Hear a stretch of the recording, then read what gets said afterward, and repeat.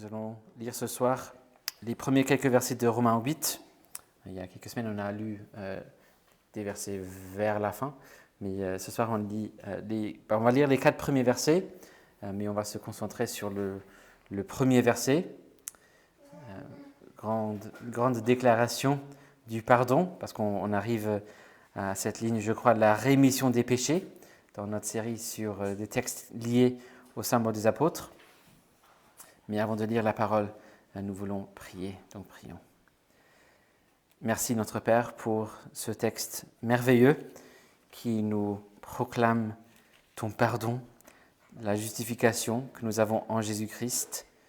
Nous prions ce soir que tu nous aides à comprendre ce texte, à recevoir le message de ce texte, à croire ce que tu veux nous dire et que ton esprit soit donc à l'œuvre dans nos cœurs ce soir et dans les jours à venir. Au nom précieux de Jésus-Christ. Amen. Donc Romains chapitre 8 et les 4 premiers versets.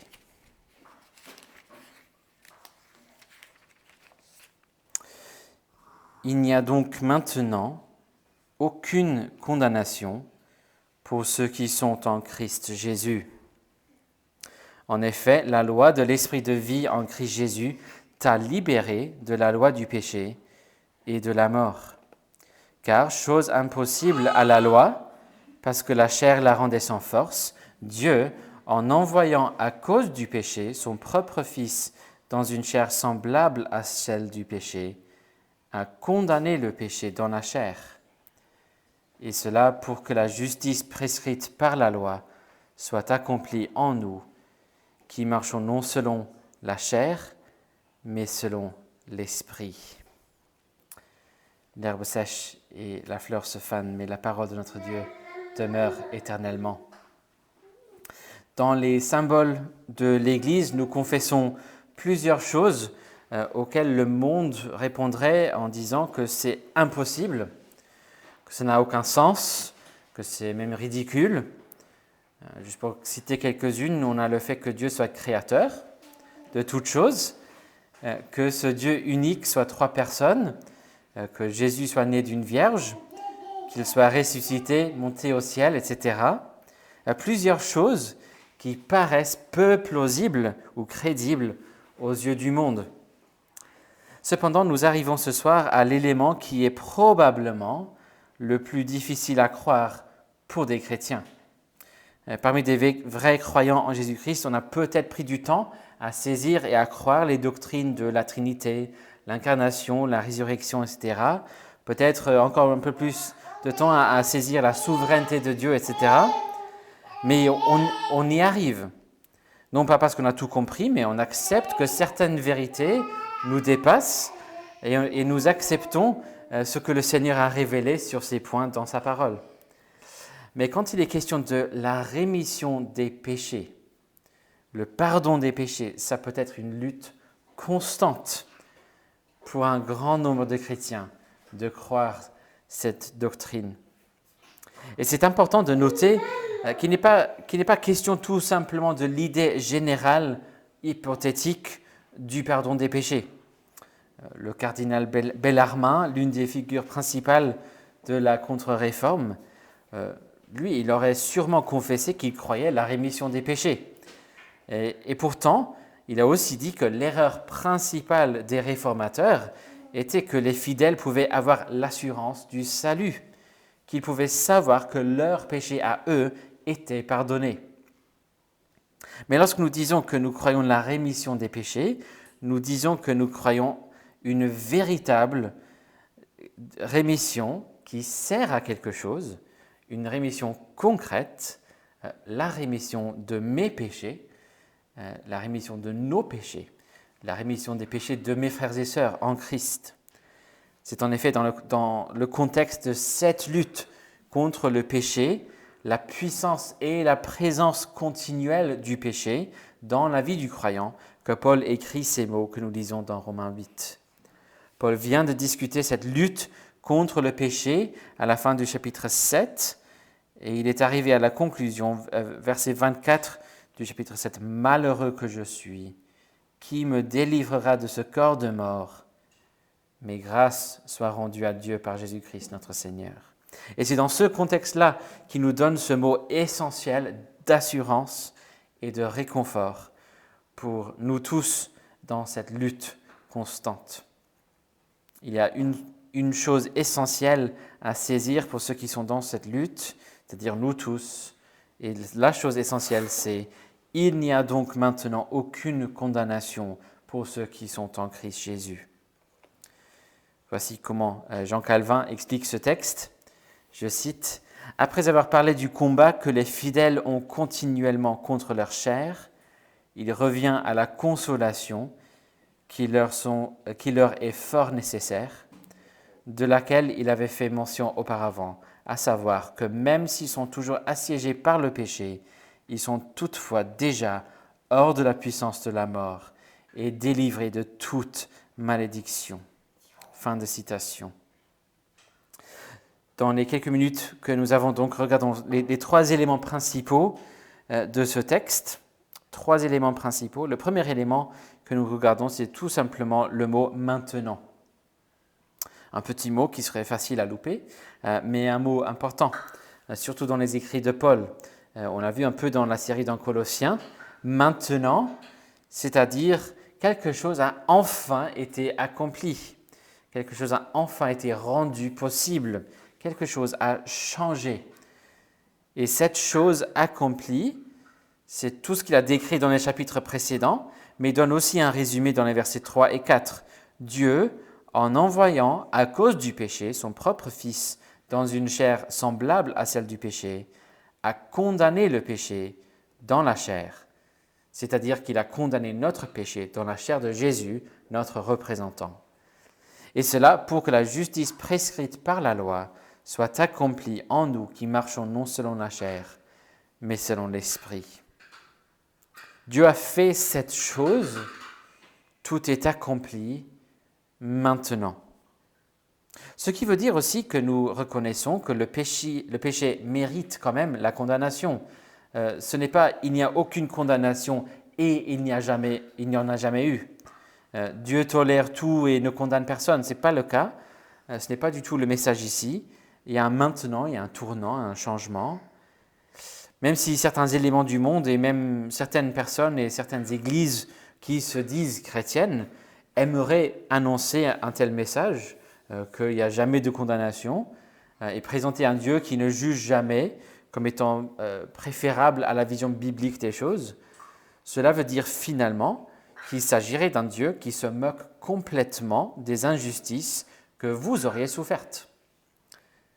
Non, Dieu étant un bon Dieu, un Dieu saint et beau et aimable et juste, ne tolère pas le mal, ni le mal fait contre nous, ni le mal que nous avons fait, mais maintenant par sa miséricorde, par son amour, il a accompli son projet, annoncé à partir de Genèse 3,15, il a annoncé ce projet de condamner et de punir le mal, mais dans son Fils qui s'est porté volontaire pour porter ses péchés et la condamnation sur lui pour notre salut.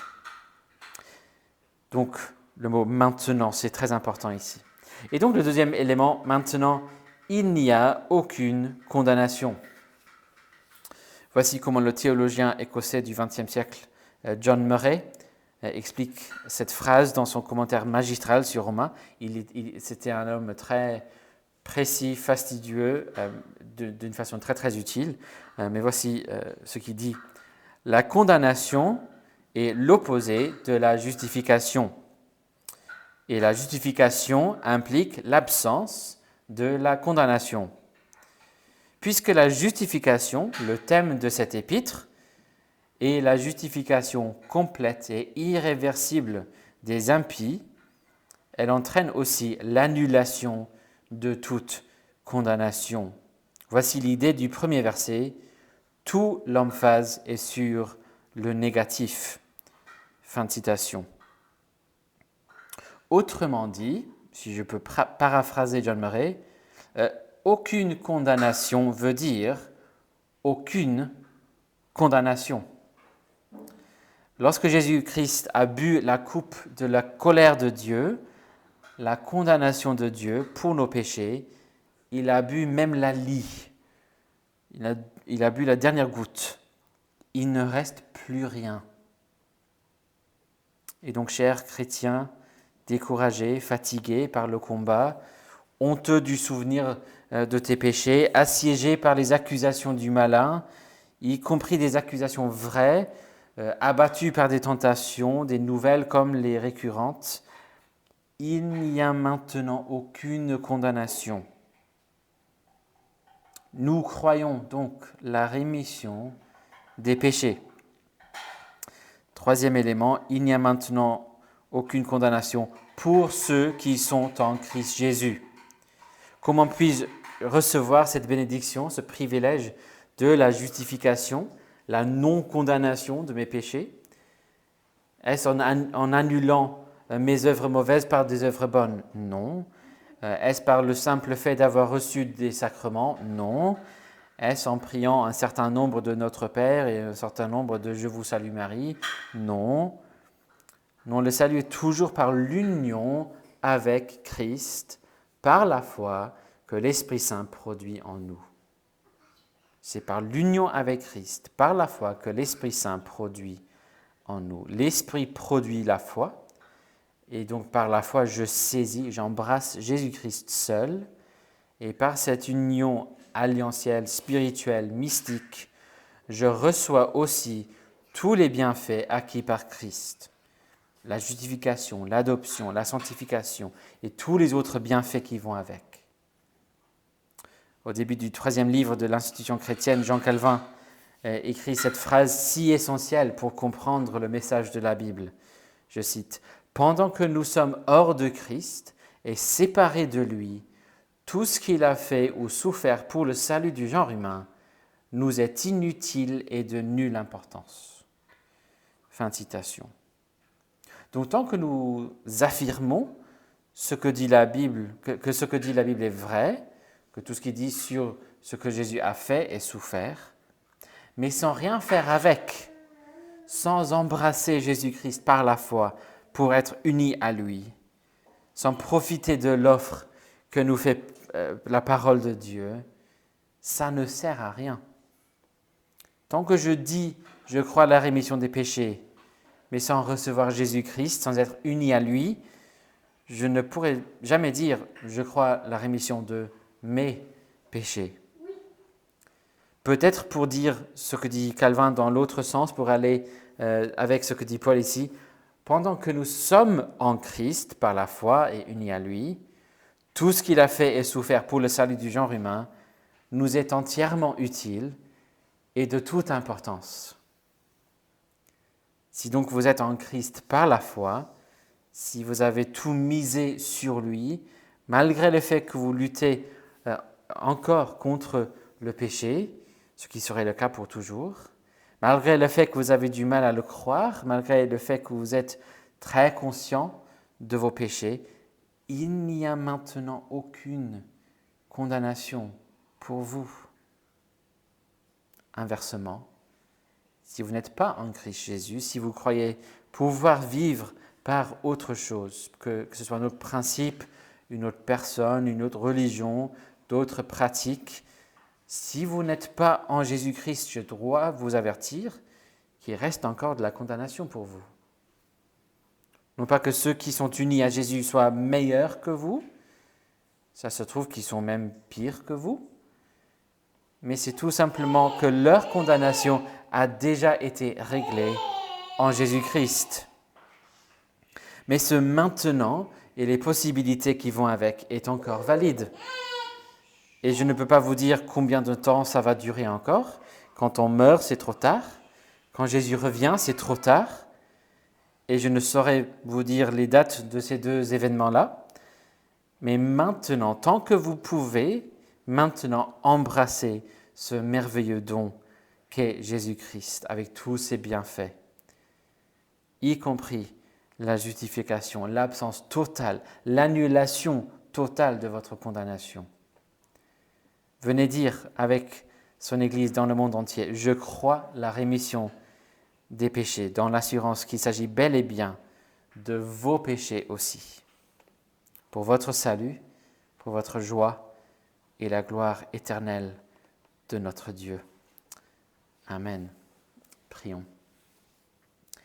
Notre Père, merci pour la rémission des péchés.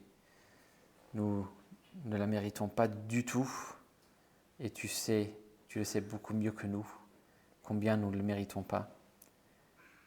Et Seigneur, nous te remercions pour cette vérité, cette doctrine que tu as révélée en Jésus-Christ. Donne-nous de la croire, mais surtout de saisir Jésus-Christ, pour que nous soyons en Jésus-Christ, pour qu'il n'y ait plus de condamnation, aucune condamnation pour nous en Christ Jésus. Et nous prions ces choses au nom de Jésus-Christ. Amen.